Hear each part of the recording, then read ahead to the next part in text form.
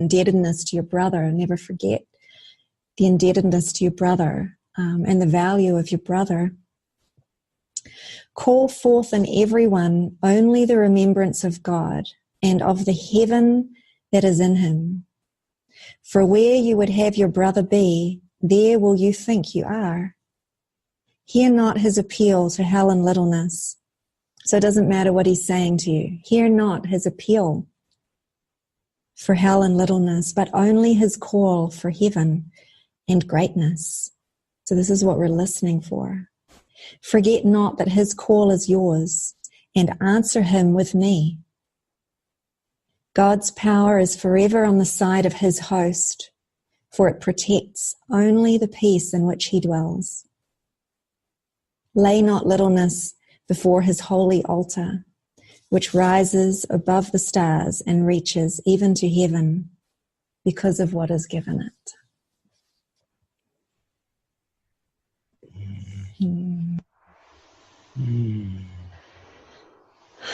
Wow. So sweet. Yeah. There's a line in there that I must have missed, but he talks about like the kingdom of heaven is within you. You know, this is within where God dwells, the kingdom of heaven. But then here at the end, he's also saying this, lay not littleness before his holy altar, which rises above the stars and reaches even to heaven because of what is given it. So I just feel the whole integration of this whole section and this whole direction. It's within you, the magnitude, and it's towards God. It includes and encompasses everything. There's nothing outside of this gift. You are listening to Awakening to True Happiness with Mystic David Hoffmeister. To learn more about David's teachings, visit davidhoffmeister.com. Thank you. What a launch. That's just such an amazing launch into this stepping into magnitude. And actually, the first line that you read, be not content with littleness, but be sure you understand what littleness is and why you could never be content with it. We could take a moment to take a look at that. Just recently I did a dialogue with my friend Alan Cohen, and both of us had come through psychology, and we were both reminded that there's so much talk in psychology about self-esteem, and many of us grew up with this idea that it's extremely important to have good self-esteem. That's one of the most basic things. Raise your children to have good self-esteem, grow up with good self-esteem, but for both Alan and I, we actually came to a point in our spiritual journey where we started to realize that even self-esteem, as it's gauged by the world in psychology, is part of littleness. And that's why he's saying, but be sure you understand what littleness is. Because the self that needs to try to build greater and greater esteem is the ego. God created our spirit perfect, and it remains perfect, and so oftentimes the littleness is associated with unworthiness, guilt, shame, lack. Most people would go, yeah, that's what the littleness is. Just give me a hit of some magnitude here. I need some magnitude. And but unfortunately, what the world says is magnitude. Why do millions of people tune into Keeping Up with the Kardashians?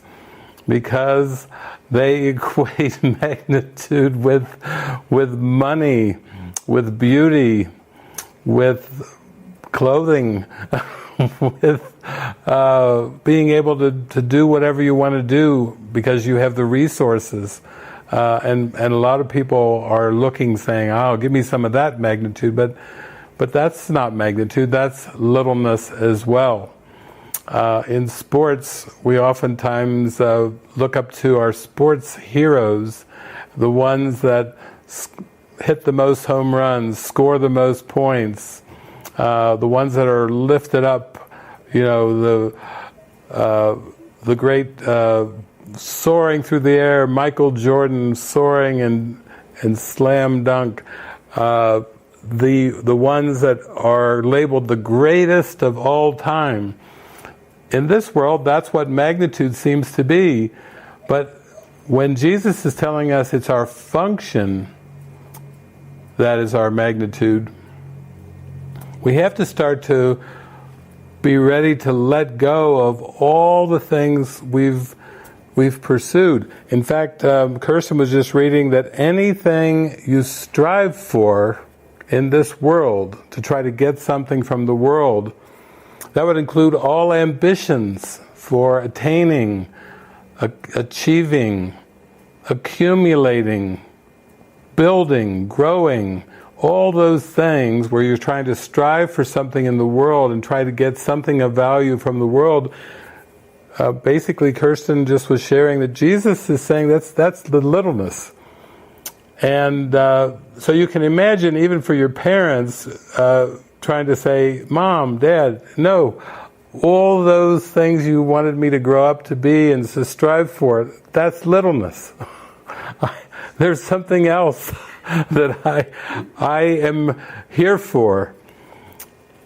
Mom, Dad, it's not the grades. No, the good grades don't bring me into magnitude either. Because it's the function. And then we're told that the sole use of the body is as a communication device.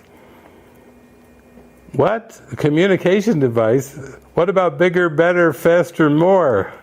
What about climbing the socio-economic ladder?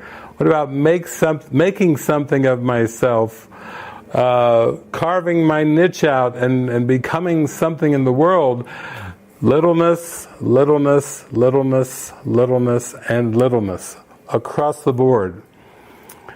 And so it's interesting that Buddha, Jesus, Lao Tzu, the great way showers are emphasizing that we need to be humble, not proud, that we need to come to a true sense of value, and the value is in our state of mind, our attitude, the Beatitudes, and not in achieving or accumulating something.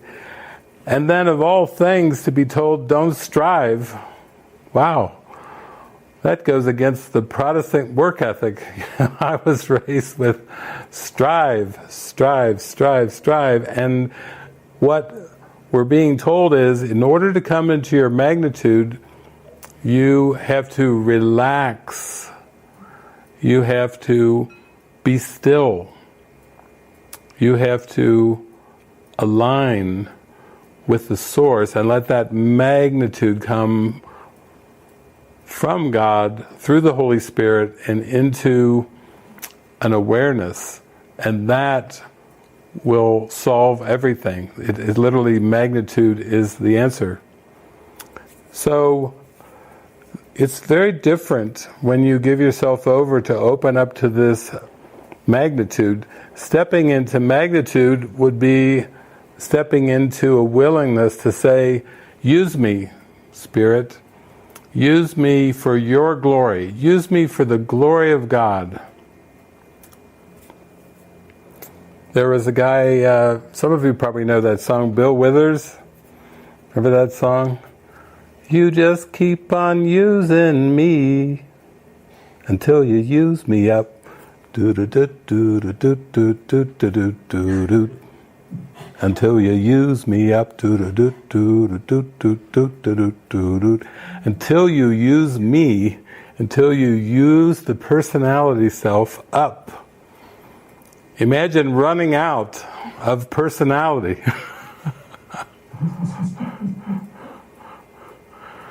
Imagine you're dating somebody, you bring your date home and you say, this is the most wonderful, we had the best date ever. she has no personality whatsoever. But see, that shows you how different it is when you go for this magnitude. I always like that song, Cyndi Lauper. Remember the song about true colors? I see your true colors shining through.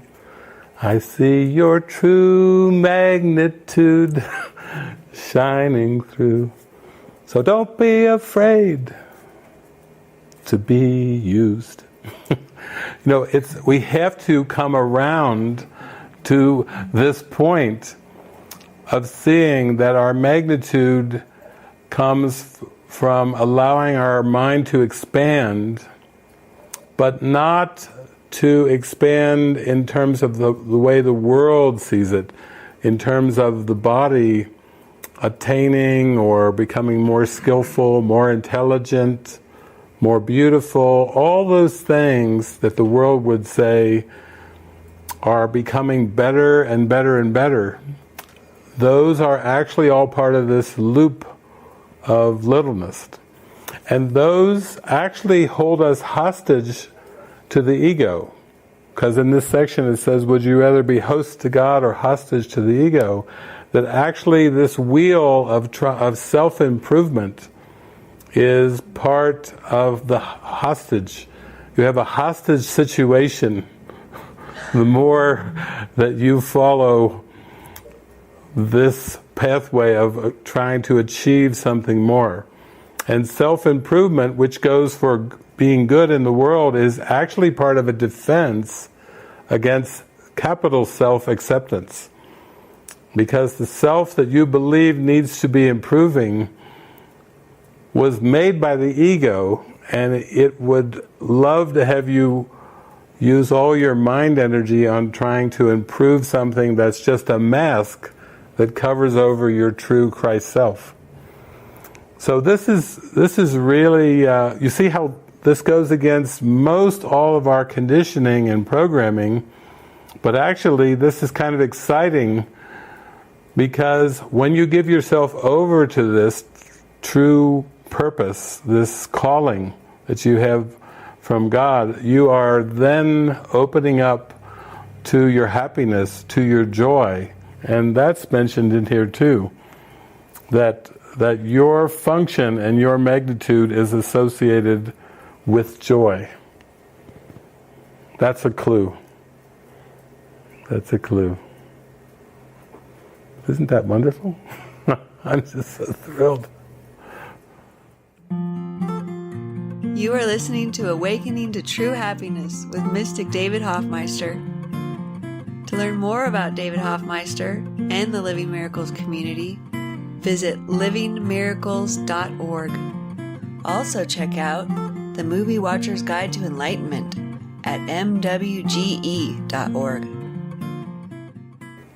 Yeah, it's like a prayer in the heart. Let me behold the magnitude, and really letting go of all preconceptions of what that should look like. Because for me, the greatest joy that I've ever experienced is in a state of cluelessness, where I absolutely feel my heart is bursting open, but I don't understand anything that's really around me that's going on. Everything gets very still, and everything feels so full and rich. And it reminds me of a story too. My friend Maria in Argentina told me one time, where she was all excited. She was going to a big, huge auditorium, I think in Buenos Aires, to hear Wayne Dyer speak, and she was so excited to be going there. And she got there, and there was kind of some confusion, and people were running around and everything, and she said, what's going on, what's happening? Well, the translator got sick. There's all these thousands of people, Wayne Dyer's in the auditorium, and the translator can't speak. And so they said, we need a translator. So she said, okay, I'll do it. I'll translate. So she had to get up on this stage